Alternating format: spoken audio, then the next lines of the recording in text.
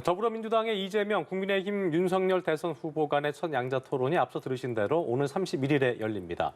설 연휴를 앞둔 대선 후보들의 움직임과 향후 민심은 어떤 방향으로 흐르게 될지 주목되는 상황인데요. 네, 이 시간 두 분 모시고 자세한 내용 짚어보겠습니다. 네. 최지은 민주당 선대위 대변인, 신인규 국민의힘 상근 부대변인 자리하셨습니다. 두 분 어서 오십시오. 안녕하세요. 예, 두 분 새해 복 많이 받으십시오. 새해 복 많이 받으십시오. 고맙습니다. 네.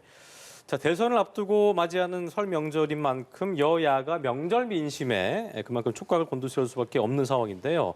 최근 여론조사를 좀 보면 어느 한쪽도 우위를 점하지 못한 상황인 것 같습니다. 한국갤럽 여론조사를 보니까 이재명 후보와 윤석열 후보가 35%로 지지율에서 동률을 기록을 했습니다. 그리고 설을 맞이하게 됐는데 먼저 설 직전 민심부터 양쪽에서 어떻게 좀 생각하고 계신지 최지은 대변인부터 말씀해 주시죠. 네. 네, 뭐 지금은 한치 앞을 모르는 정도로 굉장히 비슷한 상황이 맞습니다. 예.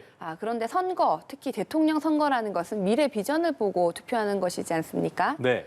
그동안 두 후보 모두 과도한 그 네거티브, 그리고 뭐 가족, 특히 배우자와 둘러싼 뭐 녹음 파일, 뭐 이런 문제들로 여러 가지 여론이 많이 분산되고 실제로 정책 검증을 할 시간이 많지는 않았습니다. 예. 그래서 앞으로 지금 TV 토론도 말씀을 하셨는데 네. 두 후보가 본인이 가지고 있는 그 대한민국에 대한 미래 비전, 정책에 대해서 얘기를 이제 하기 시작하면은 조금 더 이 지지율이 정말 누가 더 잘할까를 반영을 해가지고 많이 바뀔 것이다. 그래서 설 연휴 이후에도 설 예. 연휴 TV 토론을 이후로 정말 정책 검증이 시작되면은 미래 비전이 더 잘 준비되어 있는 후보, 그리고 실행력, 누가 예. 더 잘 그 비전을 실천할 수 있을 것인가, 이런 정책 검증이 조금 더 시작되고 보면 지금의 이 비슷한 지지율이 굉장히 큰 차이로 벌어지기 시작할 것이다, 이렇게 보입니다. 예, 설 연휴 민심과 저희가 토론 얘기는 잠시 뒤에 해보도록 하고요. 우리 신인기 부대변인께서는 설 직전 민심 현재까지 어떻게 좀 바라보셨습니까? 예, 일단은 그 설이라는 게 사실은 설 민심이 굉장히 정치권에서 주목을 많이 하고 있는데요. 네.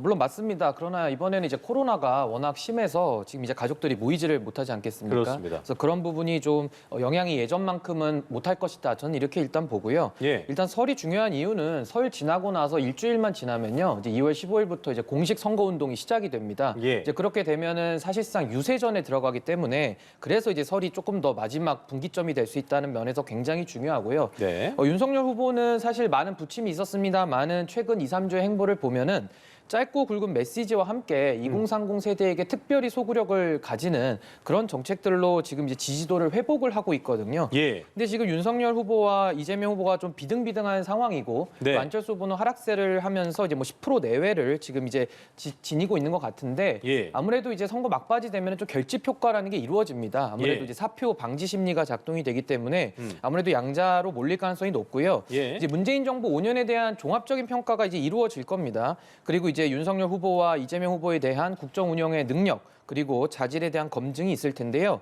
민주당이 지난 1, 2주간은 아무래도 배우자 논란에 좀 집착을 하는 모습을 보이면서 좀 생태탕 시즌2가 좀 떠오르는 만큼 좀 많은 시간의 허비를 좀 줬다고 보고요.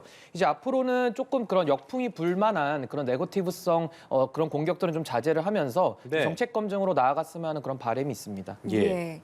신 부대변인께서 잠시 안철수 후보 언급을 해주셨는데 네. 지지율 추세를 보면 안철수 후보는 지금 15%로 집계가 됐고 지난주보다는 2%포인트 정도 하락을 했습니다.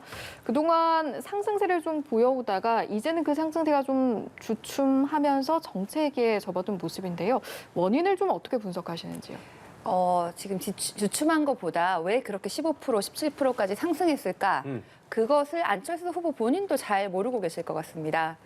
이게 안철수 후보가 무엇을 하셔가지고 지지율이 변한 것이 아니라 이 거대 양당에 대한 피로감, 그리고 과도한 네거티브로 가는 이번 선거에서 네. 이 두 사람이 아니라 제3의 인물을 원하는 그런 심리가 안철수 후보에 반영이 됐던 것 같아요. 네. 근데 그런 식으로 안철수 후보의 지지율이 올라가는 거는 이제 그 동력은 끝에 달했고 더 이상은 이제 지금 양당도 조금 더 좋은 모습을 보여주고 있고 예. 특히 이제 민주당 같은 경우에는 정치 쇄신, 뭐 송영길 대표가 불출마 선언을 한다든지 이재명 후보도 여러 정치 쇄신 얘기를 내놨는데 그 이후에 지금 다시 그 우리가 그래도 이 당이 조금 그래도 한 번 더 기회를 줘야 되지 않을까 이런 심리도 일어나고 있어요. 그래서 앞으로 이 안철수 후보의 지지율이 더 올라가려면 이제는 다른 당의 실책이 아니라 안철수 후보 본인이 새로운 비전, 새로운 정책을 내어놓으셔서 본인 실력으로 올라가야 되는데 그게 그렇게 가시적으로 드러나지 않다 보니까 지지율이 정체 혹은 떨어지고 있는 것이 아닌가 이렇게 보입니다. 예. 일단 기본적으로 상승의 원인이 됐던 동력 자체를 잃었다는 평이셨는데 동의하십니까? 예, 저는 최재현 대변인 말씀에 거의 대략적으로 동의를 하는 바입니다. 네. 그 여론조사 그래프를 자세히 보면요, 굉장히 재밌습니다. 우리 윤석열 후보의 지지도가 하락이 될 때는 우리 안철수 후보가 상승이 되고요. 또 역으로도 윤석열 후보가 상승이 되면 또 안철수 후보가 하락이 됩니다. 예. 그래서 이런 그 추세는 지금 우리 최재현 대변인 말씀하신 게 맞고요. 이제 그 지지층이 이제 겹치기 때문에 그렇습니다. 이제 우리 윤석열 후보와 안철수 후보가 같은 지지층을 놓고 하다 보니까 그런데 이제 여기서 중요한 것은 이제 윤석열 후보는 어떻게 보면은 대선에서의 상수고 안철수 후보는 이제 변수입니다. 계속 이제 지지율이 떨어지는 추세이기 때문에요. 근데 안철수 후보는 제3지대를 외치면서 사실상은 이제 보수에서의 그런 권력 투쟁 내지는 주도권 다툼을 지금 하고 있는 걸 국민들이 다 알거든요. 그리고 안철수 후보는 제가 여러 차례 말씀드렸지만은 철학이 오락가락했다라는 비판을 피할 수는 없습니다. 그래서 그런 상황 속에서 안철수 후보가 지난 4.7 보궐선거 때 정권 교체의 미랄이 되겠다면서 말로는 국민들 앞에 굉장히 많은 메시지를 던졌었거든요. 근데 지금 와서는 이제 권력 다툼으로 야권에서 주도권을 쥐려고 하면서 양비론에 일관하고 마지막 그 필살기는 어떻게 보면 단일화 카드죠. 그러니까 예. 단일화만 하면서 이제 뭐 안일화다 뭐 이런 얘기까지 하다 보니까 이제 국민들은 거기에 동의가 안 되는 겁니다. 그리고 마지막으로 또 안철수 후보가 요즘 밀고 있는 것은 그렇게 내가 무섭냐 이러면서 토론회에 나는 강하다 이렇게 본인이 주장을 하고 계시는데 이건 아무래도 저희를 좀 위축시키려는 효과로 보입니다만 저희는 전혀 위축되는 효과를 느끼지를 못하겠고요. 안철수 후보가 다소 말에 있어서 발전된 능력은 인정을 하지만 네. 안철수 후보가 2016년, 2017년, 2018년, 2020년에 이르기까지 대형 선거에는 거의 주도권을 가지셨던 분이거든요. 그래서 이미 국민들께서 안철수 후보에 대한 평가는 거의 대략적으로 비슷할 것이다. 저는 그렇게 보고 있습니다. 그러시군요.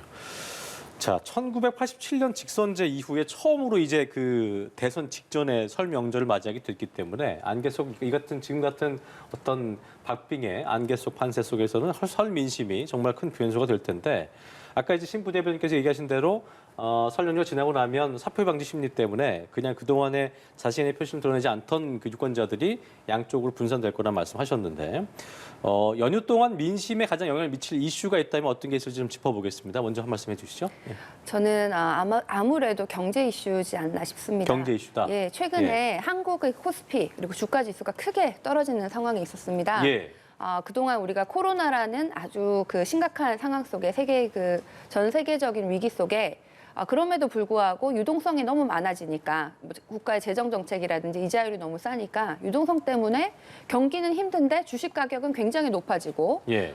부동산 값도 굉장히 높아지는 상황을 경험을 했습니다. 그런데 이제 이 유동성도 버틸 만큼 버티다가 미국에서는 인플레이션이 나오니까 이제 미국 중앙은행, 페드와 같은 미국 중앙은행에서 이제는 이제 금리를 올릴 수밖에 없다라고 발표를 하는 것이죠. 그래서 예. 예상보다도 미국 금리가 더 빨리 올라갈 수 있다 이런 기대 심리 때문에 그게 전 세계의 그 금융시장에서 앞으로 이제 금리가 올라갈 것이다라는 신호를 주고 그것 때문에 주식과 같은 자산 시장이 급속하게 떨어지는 것입니다. 네. 그런데 지금 우리가 실물 경기도 어려운데 자산 시장도 어렵고 그럼 앞으로 우리 경제는 어떻게 되나 이런 이제 불안감이 쌓이고 있습니다. 예. 과거에는 부동산 가격이 너무 올라가서 걱정이신 분들도 이제는 또 영끌해서 집을 샀는데 갑자기 너무 떨어지면 어떡하나 이런 걱정까지 생기고 있거든요. 그래서 지금 우리 이 경기 문제는 국내의 산업뿐만 아니라 전 세계적인 금융 시장과 연결되어 있고 또 코로나와 연결되어 있는 아주 복잡한 문제인데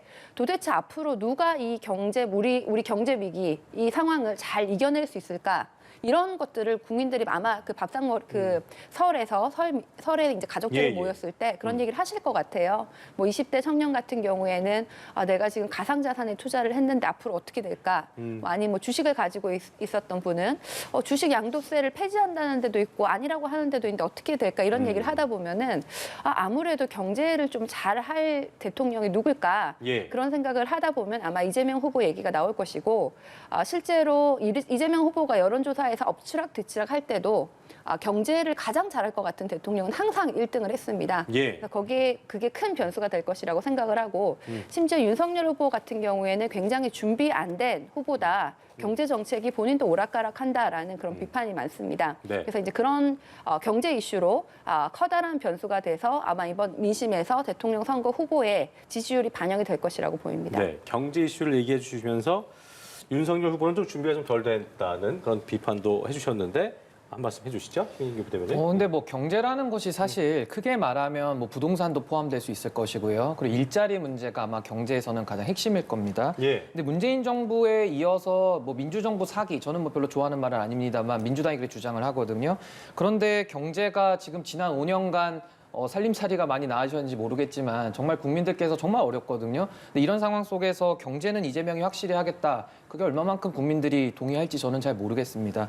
그리고 저는 뭐 최지은 대변인님 말씀하신 그런 뭐 거대 담론들도 당연히 말할 수 있습니다. 그런데 네네. 저는 가족들끼리 모이면요. 예. 일단은 삶을 얘기한다고 봅니다. 뭐 잘 지냈는지, 뭐 취업은 잘 되는지, 결혼은 그렇죠. 할 것인지 이런 일상의 문제를 보통 건들게 되기 때문에 사실은 민생 문제죠. 그래서 민생 문제를 저는 주로 국민들끼리 이제 가족들이 모이면 말씀을 나눌 것이라고 보고요. 아무래도 윤석열 후보, 이재명 후보 두 후보에 대한 관심이 집중될 거라고 봅니다. 그렇다 보면은 이재명 후보에 대해서는 뭐 좀 아프시겠지만 피해갈 수 없는 의혹처럼 그 대장동 의혹이 다시금 나올 수밖에는 없습니다. 예. 이제 가족들끼리 처음 모인 것이기 때문에 이런 대장동 문제라든지 또 방역의 문제도 다뤄질 수밖에 없을 겁니다. 아무래도 마스크를 끼고 가족들끼리 모일 테니까요. 예. 그래서 이런 이슈들이 있을 것이고 또 하나는 아무래도 뭐 저희 후보에 대해서는 후보에 대한 공격보다는 민주당이 아무래도 배우자에 대한 공격에 1, 2주 집중을 했기 때문에 또 배우자 논란도 분명히 또 나올 겁니다. 그래서 이런 부분들을 통해서 아무래도 국민들이 조금 더 종합적으로 이제 판단을 하시리라 저는 그렇게 보고요. 이재명 후보에 대해서는 제가 두 가지만 지적을 하겠습니다. 맨날 기본 시리즈 얘기하면서 모두에게 평등하게 나눠주자 이렇게 얘기하시면서 또 최근에는 뭐 부자 감세를 반대한다 또 이런 식으로 얘기하거든요. 그러니까 예. 도대체 어떤 장단에 우리는 춤을 춰야 되는지 일단 모르겠다는 게 있고 뭐 지역주의 감정 발언, 조장 발언도 있었습니다만은 경상도 가서는 따르게 얘기하고 또 호남 가서는 또 따르게 얘기를 합니다. 그러니까 이런 부분들도 국민들께서 굉장히 혼란스러운데 이재명 후보는 이거를 본인의 유연성이라고 항상 표현을 합니다만은 유연하다고 해서 모든 거를 다 집어삼키게 되면은 배탈이 날 수밖에 없습니다. 그리고 마지막으로 최근에 제가 우리 윤석열 후보의 공약을 이슈 메이킹하는 그 방식에 대해서 짧고 굵은 메시지를 내지 않았습니까? 이거 민주당에서 굉장히 비판했습니다. 아니 대선 후보가 어떻게 공약을 그렇게 가볍게 여기면서 한 줄로 그렇게 낼 수 있냐, 무책임하다 이런 얘기들도 많이 했거든요. 근데 이제 와서 보면은 이재명 후보가 지금 그걸 또 따라하고 있습니다. 그러니까 이런 부분에 대해서는 뭐 비판하는 것도 좋은데 비판을 했다가 바로 또 이렇게 따라한다는 것은 저희 입장에서는 조금 동의하기가 매우 어렵다 이렇게 보고 싶습니다. 예. 제가 조금 처방하실까요? 네, 네. 짧게요. 예. 저 여러 가지 말씀해 주셨는데 그 중에서 이제 네거티브는 뭐 우리가 2주 동안 뭐 배우자를 공격했다고 그랬는데 민주당에서 한 것이 아니고 기자분이 한 매체의 기자분이 MBC라는 업체에 줘서 튼 것이고 민주당이 한 일이 아니고 그 일이 불거졌습니다. 그리고 그 이후에 민주당은 네거티브 하지 않겠다라는 선언을 했지요. 그 이후 그리고 가능한 한 네거티브를 하지 않으려고 최선의 노력을 하고 있습니다. 아까 양도소득세, 부자 감세 얘기를 하셨는데 윤석열 후보가 굉장히 짧게 아주 임팩 있게 양도소득세 폐지라는 글을 페이스북에 올리셨어요. 근데 그게 주식 양도소득세가 어떤 것이냐고 하면 지금 현재 제가 뭐 2억 정도를 투자를 해가지고 10%가 남아서 한 2천만 원 남았다. 이러면은 아무런 세금을 내지 않습니다. 그 항도도 올려가지고 2023년부터는 제가 금융자산으로 1년에 5천만 원까지 남는 것에 대해서는 아무런 세금을 내지 않습니다. 그 5천만 원 이상 돈이 남아야 세금을 내는 것인데 만약에 제가 2억을 투자해서 30%가 남았다. 그래서 6천이 남아도 그 해에 5천만 원만큼만 팔고 나머지 1천만 원을 안 팔면 세금을 안 내는 거예요. 그래서 그 5천만 원 이상의 이익을 남은 사람한테 주는 세금을 폐지하자라고 하는데 그걸 지금 우리나라에서 받는 사람이 1%도 안 됩니다. 그래서 그러면은 정말 부자들의 세금을 깎아주자는 것인가? 그리고 그 과도한 그 당시에 주식 양도세 세금을 과도하게 내는 경우에는 재벌 지금 3세, 재벌 4세 이 세습이 지금 이루어지고 있는데 비상장 주식을 줬다가 상장되면서 굉장히 싸게 유산을 상속해주고 그 당시에 세금까지도 지금 안 내게 하자는 거예요. 그래서 여기에 대해서는 부자감세 폐지라는 얘기를 했고 오히려 정말 개미 투자자가 걱정이고 우리 민생이 걱정이라고 하면은 양도소득세 폐지가 아니라 주식 거래세 를 오히려 낮춰야 되는 것이죠. 뿐만 아닙니다. 오히려 그 김건희 씨 지금 의혹이 있는 주가 조작 이런 것들이 오히려 주가 조작 같은 것을 하지 못하게 강하게 대처를 해야 개미 투자자들이 더 보호를 받는 것입니다. 그래서 겉으로 이렇게 강하게 뭐 짧게 뭐 인기가 많은 이런 포퓰리즘이 아니라 정말 속을 들여다보시면은 누가 경제를 더 잘할 후보일지를 보시게 되실 것입니다. 예. 전 짧고 굵게 반박 한 번만 하겠습니다. 네. 지금 뭐 배우자에 대해서 뭐 별로 민주당은 책임이 없다, 안 했다 이렇게 얘기하시는데 저는 그 배우자에 대해서 2주간 뉴스를 너무 많이 받고 당대표부터 그 모든 민주당 분들이 나와서 공격하시는 걸 저는 뉴스에서 본 것 같거든요. 그 기억에 차이가 있는 것 같고 두 번째는 이재명 후보 노 네거티브 선언했습니다. 저는 그거 솔직히 노 네거티브 선언하실 때 저는 안 믿었거든요. 아니나 다를까 노 네거티브 선언하자마자 90분 만에 민주당의 김용민 의원께서 국회에서 또 그 배우자 녹취록 가지고 또 그렇게 하셨다 그럽니다. 그러니까 이런 부분들이 민주당에 대해서는 뭔가 진정성은 있다고 저희가 믿어드리더라도 뭔가 이렇게 당내에서 이게 다 통일적으로 움직일 수가 없는 것인가, 대선 후보가 그렇게 말을 하고 노 네거티브를 하자고 해도 구성원들이 잘 따르지 않는 것인가, 저는 그렇게 보고 있습니다. 예. 예. 두 분의 이야기는 어떻게 보면 뭐 시청자 여러분께서 판단하실 몫이라 생각을 하겠습니다. 예, 두 분도 굉장히 치열하게 네. 이제 이야기를 주고 받으셨는데 사실 이제 곧 있으면 설 연휴 동안 이제 대선 후보들의 이런 이야기를 저희가 들어볼 수 있을 것으로 기대가 됩니다. 네. 일단은 모레 당장 양자 토론이 열리게 될 거고 그리고 다음 달 3일엔 사자 TV 토론이 열릴 것으로 전망이 되고 있는데 일단은 양자 토론이 열릴 것이냐 말 것이냐 이게 굉장한 관심을 모았는데 민주당이 결국은 어쨌든 국민의힘 측의 요구를 받아들인 건 아니겠습니까? 네, 그렇습니다. 원래는 TV 토론을 하자라고 이제 양자 토론을 하기로 했었죠. 근데 저희가 여러 번 토론을 하자고 하는데 윤석열 후보가 계속해서 좀 토론을 피했지요. 아니 무슨 대선 후보가 TV 토론을 피합니까? 하다못해 제가 무슨 뭐 핸드폰, 옷을 하나 사도 예. 두세 군데를 보고 이렇게 골라보고 비교를 해보고 사지 않습니까? 그럼 우리 국민들께 우리가 지금 앞으로 5년 동안 대한민국의 국정의 그 수장인데 이 사람들이 어떤 사람인지 비교를 해보고 예. 투표를 하실 수 있는 그 권리를 드리는 것이 도리라고 생각을 하는데 예. 윤석열 후보 측에서 계속 이제 TV 토론을 피했죠. 그러다가 저희가 그럼 꼭 TV 토론을 하자 그랬더니 우리 안 피한다.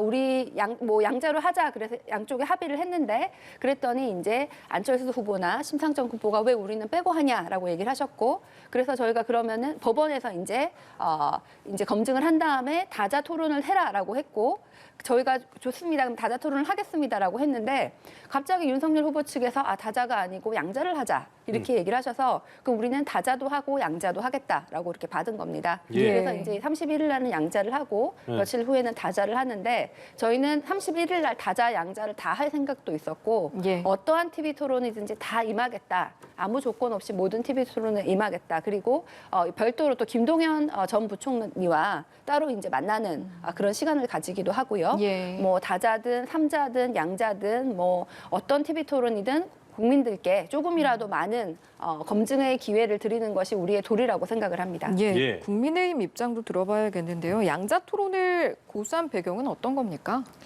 일단은 저희 당에 특별한 경험이 있는데요. 저희 예. 경선 토론 총 16차례 했습니다. 그리고 그 앞에 컷오프까지 하면 거의 20차례 가까이 했고요. 네. 저희 13명끼리도 토론해봤고요. 8명도 해보고 4명도 해보고 저희는 특별하게 1대1 토론도 해봤습니다. 민주당에서도 아마 대선 후보 토론 한 6명 정도 했던 걸로 제가 기억을 하고요. 저희도 사자 토론했었고 아마 국민 여러분들께서 기억하실 겁니다. 2012년도에 이정희 후보가 낀 3자 토론을 보셨을 겁니다. 그 3자 토론 보면서 이정희 후보가 했던 유명한 말 있죠. 저는 박근혜 후보 떨어뜨리러 나왔습니다 해가지고 이제 그게 역풍이 불었던 기억이 나는데요. 이렇듯이 다자 토론을 했을 때는 물론 국민들의 그 폭넓은 선택권을 존중할 수 있다는 장점은 있겠지만은 네. 아무래도 그 후보들 간의 자기에 대한 어필에 오히려 더 집중하는 나머지 아마 사회자께서 굉장히 힘드실 겁니다. 정리하기가. 그러면서 또 이것에 특기할 부분은 이게 이제 법정 의무 토론이 아니라 양자가 그냥 임의로 국민들께 알 거리를 제공하는 차원에서 합의해서 이룬 것인데 이거에 대해서 이제 안철수 후보가 제동을 걸고 나섰고 법원에서 양자 토론은 하지 말아라 이렇게 말했거든요. 예. 그럼 양자 토론을 하지 말라는 것이 그럼 무조건 다자 토론을 해라라는 뜻은 아니라는 것을 제가 밝히겠고요. 저희가 뉴스 패널로 이렇게 나가더라도 뭐 이렇게 1대1로 토론하는 게 있고요. 사회자가 있고 1대 다로 5명씩 모여서 하는 패널 토론도 있습니다. 예. 그런 것들 가끔 보시면은 주제 하나 얘기해 봅시다 하면요. 1인당 발언 시간이 1분에서 1분 30초밖에 안 되면 그래도 10분입니다. 그렇게 되면은 질 좋은 토론을 할 수가 없어요. 근데 지금 윤석열 후보도 마찬가지고 이재명 후보도 마찬가지고 국민들이 검증해야 될 의혹의 깊이와 넓이가 굉장히 큽니다. 근데 이거에 대해서 그냥 마치 그 껍데기만 벗기는 수준으로 그냥 한두 마디씩 하고 지나갈 수 없다라는 그 문제의식에서 저희가 양자 토론을 고수했다라는 점을 말씀드리겠고요. 예. 제가 정의당에 대해서는 한 말씀 꼭 드리고 싶은데 이게 지금 지지율로 기준할 것이냐, 뭐 원내 의석으로 기준을 할 것이냐, 뭐 이런 것들이 있습니다. 그럼 허경영 후보는 지금 5.6%가 나온다고 지금 얘기를 듣고 있어요. 그럼 심상정 후보는 거기에 절반밖에 못 미치거든요. 근데 본인들이 껴야 되는 이유는 딱 하나입니다. 자신들이 이제 원내 정당이라는 이유만으로 이제 그렇게 얘기하는 건데, 그럼 이것도 원내 기득권이라는 말 안 나오겠습니까? 그렇게 치면은 또 김동연 후보 0.6% 나오면은 심상정 후보랑 1%밖에 차이 안 납니다. 그럼 김동연 후보나 조원진 후보 같은 분이나 또 제3, 제4의 후보들은 또 어떻게 되는 것입니까? 이런 후보의 난립을 막기 위해서 정치에서는 기탁금도 걸고 여론조사로서 어느 정도의 정리를 하는 것이거든요. 예. 이 부분에 대해서 문제 제기를 했다는 것은 저희는 조금 유감이고, 그럼에도 불구하고 저희는 양자 토론을 받는 것을 전제로 해서 사자 토론도 더 하겠다 이렇게 얘기를 네. 했기 때문에 절차대로 협의해서 이루어지면 될 거라고 저희는 보고 있습니다. 그래요. 어쨌든 말씀하신 대로 국민의당과 정의당이 반발을 했고 지금 말씀하신 대로 2자 토론 후에 오늘 3일에 4자 토론도 이루어지게 되는 건데 양자 토론에 임하는 전략 또 다자 토론에 임하는 전략이 또 양당이 다를 것 같습니다. 당내에서 어떤 이야기가 나오는지 최지은 대변인부터 한 말씀 해주시죠. 양자 토론에 예. 대한 전략이요. 예. 예. 뭐 지금 이재명 후보 같은 경우에는 정책 선거를 좀 하고 계십니다. 예. 여러 가지 정책을 많이 내어놓으셨고 또 그 경제나 민생에 대한 정책뿐만 아니라 큰 그림 그리고 그 소소하고 확실한 행복 소확행 예. 이런 정책도 내어놓으셨는데 동시에 정치 쇄신에 대한 얘기도 굉장히 많이 하고 계십니다. 그래서 이재명 후보가 먼저 정치 쇄신 민주당이 이재명의 민주당이다. 그래서 앞으로 바뀔 것이다 이런 얘기를 하신 다음에 예. 송영길 대표 같은 경우에는 나는 불출마를 선언하겠다라고 네. 얘기를 하셨고 또 그 이후에 우상호 의원 같은 경우에도 86 용태론 그래서 나도 불출마를 하겠다라는 얘기를 하셨죠. 그리고 저희가 종로뿐만 아니라 여러 세 군데 지역구에 무공천을 하기로 했는데 그곳이 뭐 종로 같은 경우에는 정말 우리의 과실이라고 하기도 좀 애매하고 예. 나머지 두 곳은 소위 말하는 민주당이 유리한 지역입니다. 그래서 우리가 지금 유리함에도 불구하고 후보조차도 내지 않겠다. 그만큼 이제 반성을 하는 모습을 보여주고 있고 기득권 내려놓기를 하고 있고요. 또 다른 것은 이제 국회의원의 4.3 연임 제한입니다. 지방 이제 시장이나 단체장 같은 경우에는 한 지역구에서 4번씩 못하고 하게 되어 있는데 국회의원 같은 경우에는 그게 예외입니다. 예. 그래서 그건 형평성에 맞지 않다고 생각을 해서 예. 한 지역구에 3선 이상 하면은 뭐 다른 단체장을 나가든지 잠깐 쉬든지 험지로 가든지 이런 방법이 있고 계속 거기서 4년, 5년 한다고 무엇이 바뀔까라는 그런 문제의식에서 제기를 한 것인데요. 예. 이런 여러 가지 정치 쇄신에 대해서 앞으로 우리가 어떻게 바뀌어야 되는지 앞으로 대한민국이 앞으로 5년 동안 어떻게 바뀔 것인지에 대해서 미래를 비전을 TV 토론에서 제대로 말씀드리도록 하겠습니다. 네. 막판까지 극한의 핑퐁 게임 때문에 이미 토론 필요가 불러왔던 지적이 있었던 만큼 상당히 큰 효과를 양 후보가 좀 보려고 할 텐데 윤석열 후보는 어떤 전략을 임할까요? 예, 저희는 뭐 전략은 그냥 한 가지입니다. 국민들께 있는 그대로 소상히 저희 후보를 알리는 시간으로 가질 것이고요. 지금 이재명 후보의 경우에는 여러 가지 그 말씀들을 많이 하셨고 지금까지 정치를 오래 하셨기 때문에 뭐 경험이나 경륜은 있으시겠지만은 아무래도 본인이 뱉어놓은 말이 너무 많습니다. 예. 근데 그게 다 모순 충돌되는 지점들이 저희가 발견한 것만으로도 너무나도 차고도 넘치기 때문에 이런 모순과 거짓말에 대해서 저희는 검증을 할 수밖에 없고요. 아까도 말씀드렸듯이 뭐 본인의 유연성이다 얘기하면서 본인의 철학이 오락가락하는 부분들이 있거든요. 이런 부분은 지도자의 철학에 관한 부분이기 때문에 예. 저희가 그런 부분에 대해서는 집중적으로 검증을 할 겁니다. 그리고 더 나아가서도 이재명 후보에 대해서 여러 가지 지금 의혹들이 어제도 뭐 배우자에 대해서도 김혜경 씨의 그 비서 논란이라든지 뭐 이런 것들이 계속 나오고 있거든요. 그래서 그런 개인의 도덕성 그리고 인품과 자질에 대한 부분까지도 저희는 폭넓게 검증을 해서 국민들께 알려드리고요. 예. 또 저희 후보도 검증받아야 되지 않겠습니까? 예, 또 저희 그렇죠. 후보에 대해서도 공직 생활을 기반으로 해서 뭐 여러 가지 논란들을 다 같이 검증하면 될 거라고 생각합니다. 예. 알겠습니다. 오늘 말씀 여기까지 듣고 마무리하겠습니다. 지금까지 네. 최지은 민주당 선대위 대변인 신인규 국민의힘 상근 부대변인과 이 시간 함께했습니다. 두 분 고맙습니다. 고맙습니다. 고맙습니다.